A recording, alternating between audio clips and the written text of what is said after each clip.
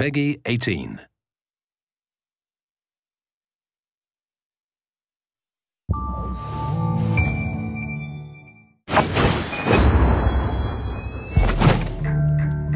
So in addition to the story campaign, which is represented by Prologue, we have 4 additional game modes which make up what we call deniable ops. Those 4 modes are Hunter, Infiltration, Last Stand, and Face Off. So Hunter mode is basically an elimination mode. You're entering a particular zone of one of these maps. It's about 15 to, say, 30 minutes worth of gameplay. And your objective is take out all of the enemies in the area.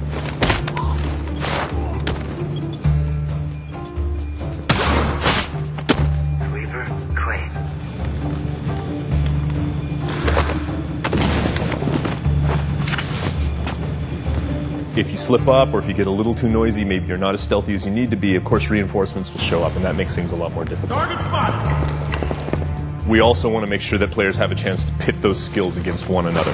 So we've introduced an adversarial mode, spy versus spy. We call it Face Off. And the concept is that these 2 agents are stalking each other in the shadows, as you might expect.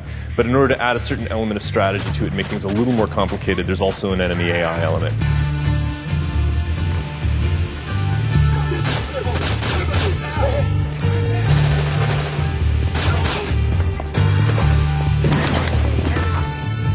Last Stand is really something new for the Splinter Cell world. It's basically a survival mode. Our agent or agents are tasked with protecting an object of some value. In this case, it's an EMP warhead that's destructible.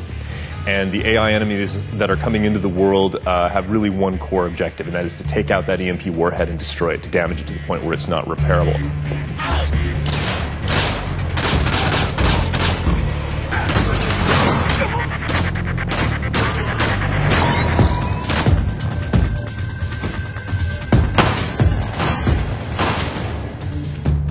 Infiltration, I like to think of as our gift to the loyal Splinter Cell players, the people who've been with the franchise from the very start.